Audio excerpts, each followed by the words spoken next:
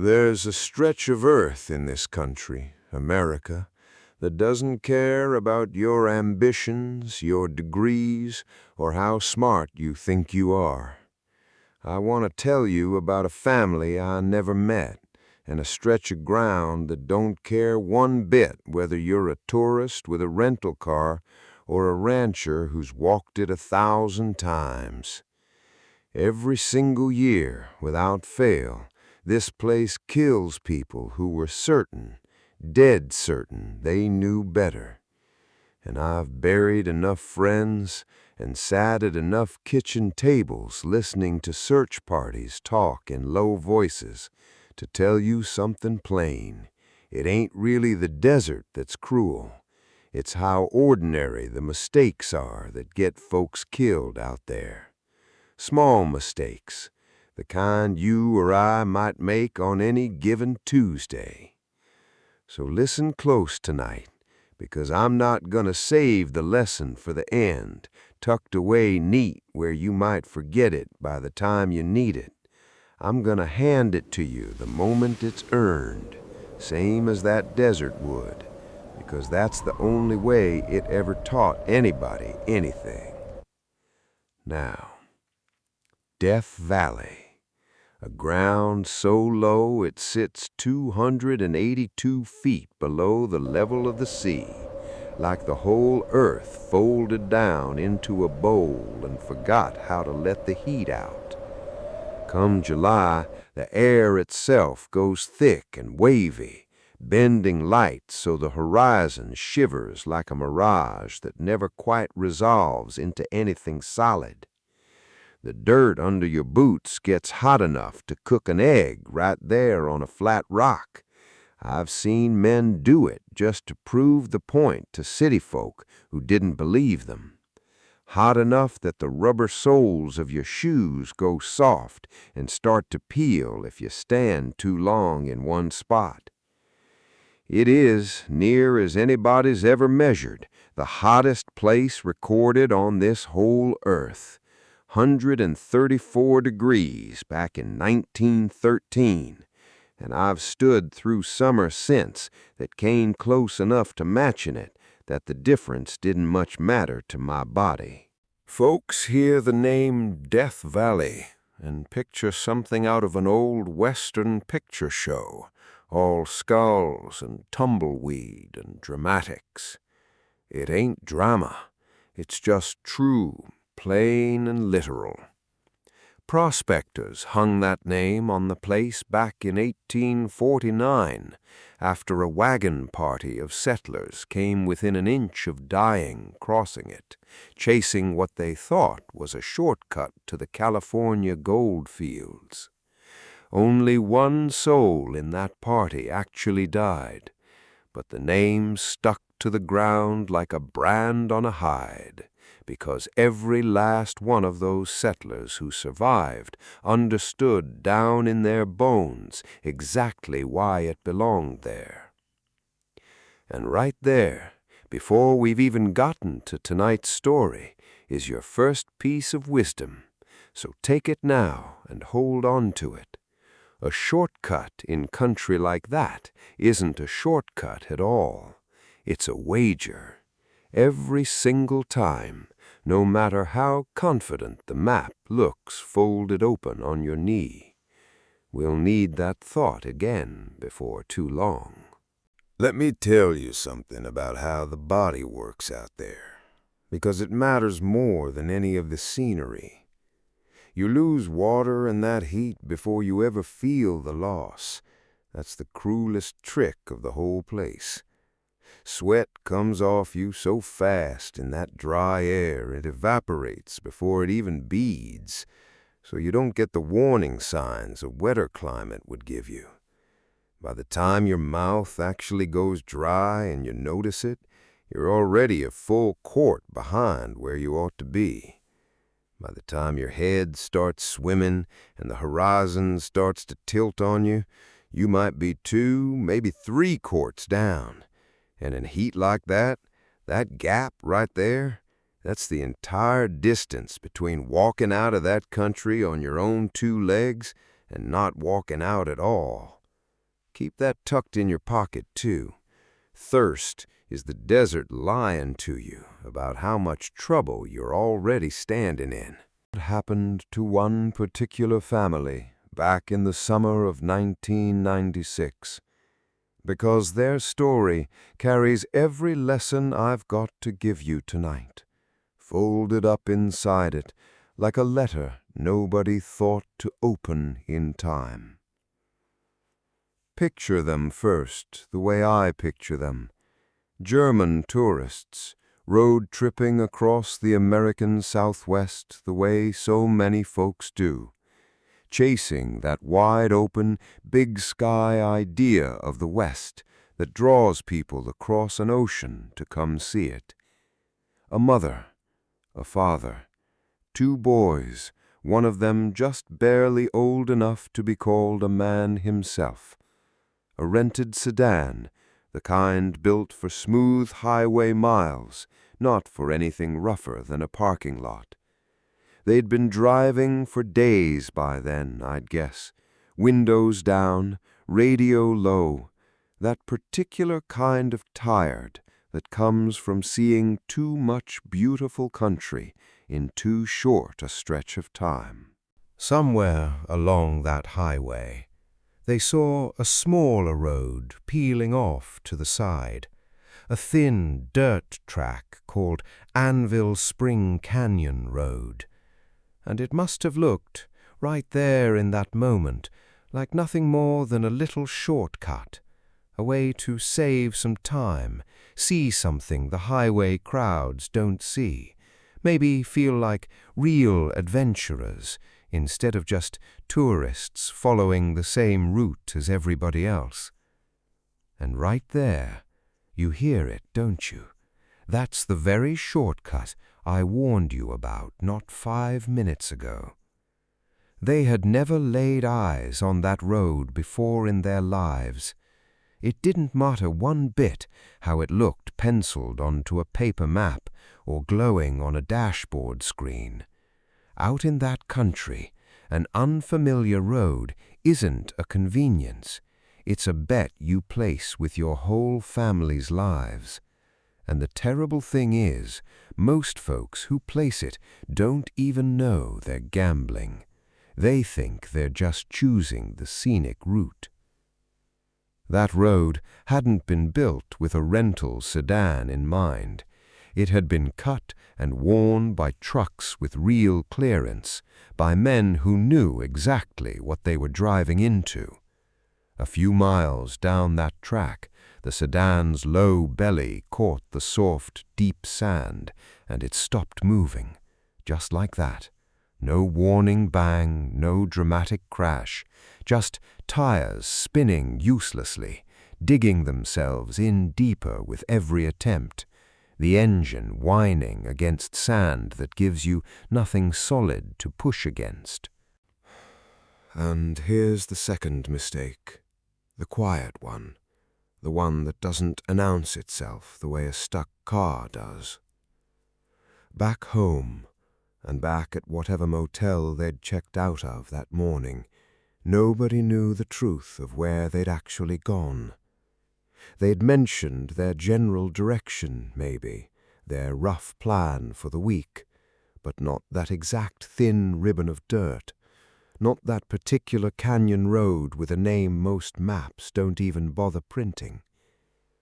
And I'll tell you plain, the way I'd tell my own grandsons, search and rescue cannot find you quickly if not one living soul on this earth knows which road you actually took.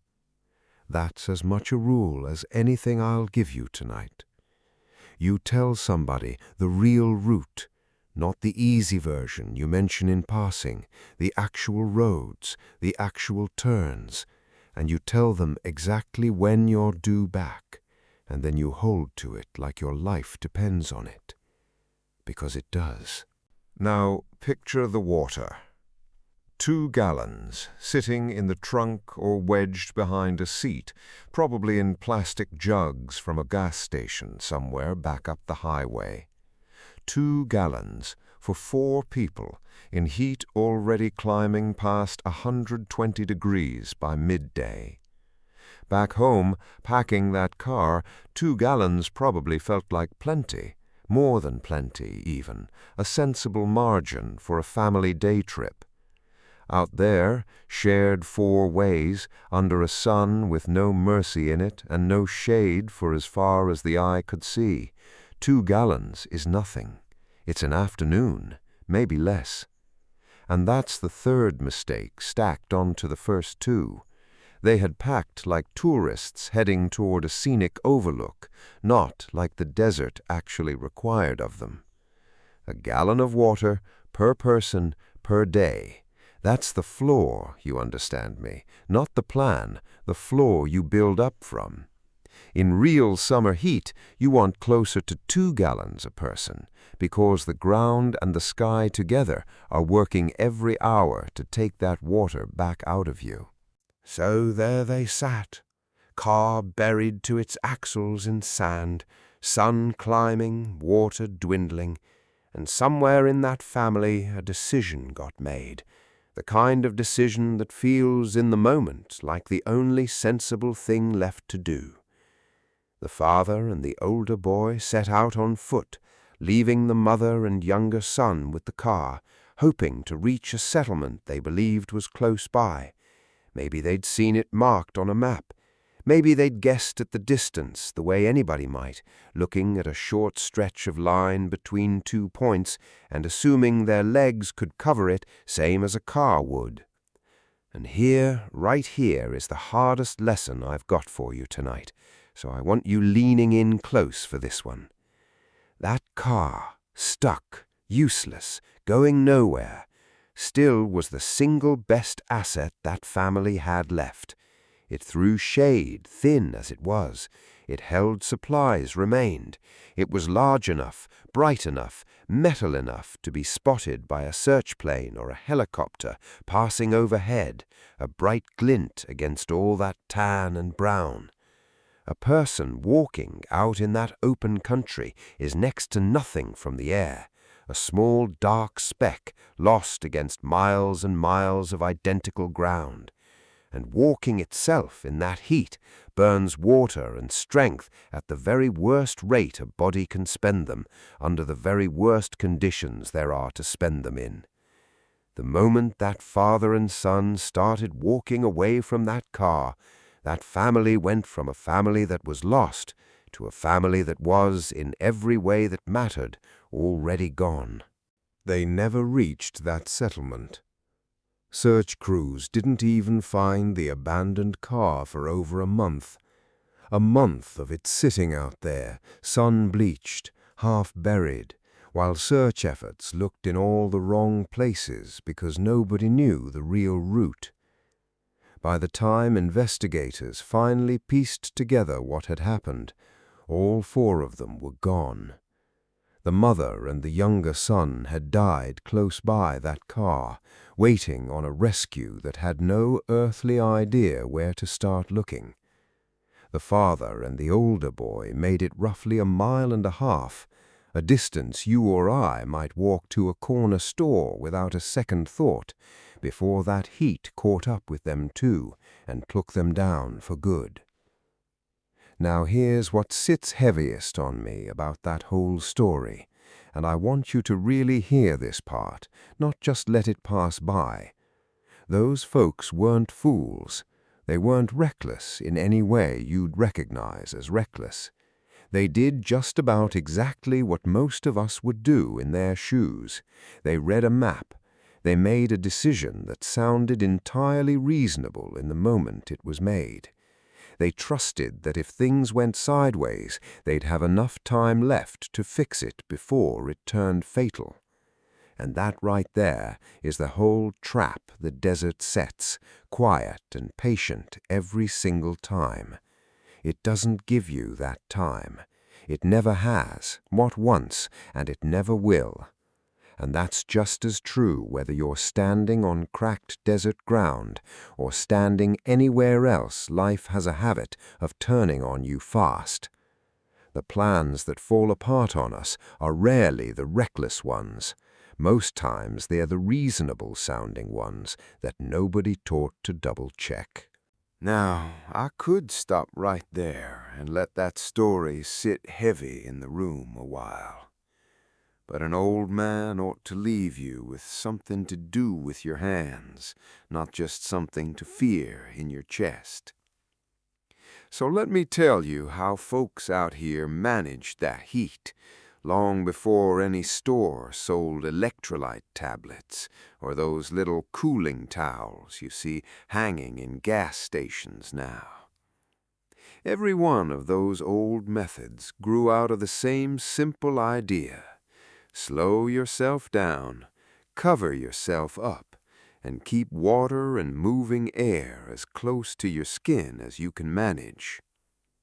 Loose clothing, long sleeves, even in that heat, sounds backward to somebody who's never tried it, but it isn't about staying cool by baring skin. It's about slowing the water loss and keeping direct sun off you entirely. Light colors always, to throw back what light you can instead of soaking it in. A wet cloth laid across the back of the neck. That's about the fastest, simplest way there is to cool the blood before it reaches your head. And old-timers swore by it long before anybody understood the science of why it worked so well. Digging even a shallow trench, just a foot or so down, and lying in the shade it casts through the worst hours of the day, because that ground a foot below the surface runs a whole different temperature than the blistering crust on top, and that difference can be the margin that gets you through midday alive. None of that replaces water. Nothing on this earth replaces water. But it's what a person leans on once they're already in trouble. Not an excuse to carry one single drop less of that gallon I told you to pack per person per day. And travel by the old clock, not the modern one. Early morning, when the light's still soft and the ground hasn't had time to bake all night's coolness back out of it. Or evening, once the worst of the sun's climbed down toward the horizon. And when that sun sits straight overhead at its cruelest and most direct, you sit still too. You don't push through it. You don't tell yourself you can make good time if you just keep moving. That was simply how the whole day got shaped for anybody who lived out in that country before air conditioning ever existed to argue otherwise. And it works exactly as well today as it did back then, because the sun hasn't changed its habits one bit. So that's the whole of it, start to finish, and I didn't set a single piece of it aside to hand you later, because that desert doesn't set its lessons aside either. It teaches you the very moment you make the mistake, and more often than any of us would like to admit, that's the only lesson a person ever gets out there. So respect that ground before it ever demands your respect.